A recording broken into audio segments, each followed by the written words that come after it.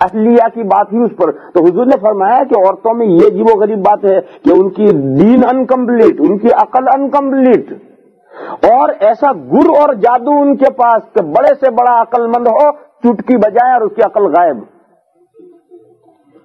تو جب وہ عورتوں مرد کو بے عقل کر دیں گی، وہ مرد کو بے عقل کر دیں گے، مرد کبھی صحیح لائن پر چل نہیں سکتا. جب مرد کو انہوں نے بے عقل کر دیا، اب وہ مرد اپنی ماں سے بھی لڑے گا، اپنے باپ سے بھی لڑے گا، اپنے بھائیوں سے بھی لڑے گا، اپنی بہنوں سے بھی لڑے گا، سب کے ساتھ لڑتا کر دیا. کس نے لڑتا کر دیا؟ اس عورت نے.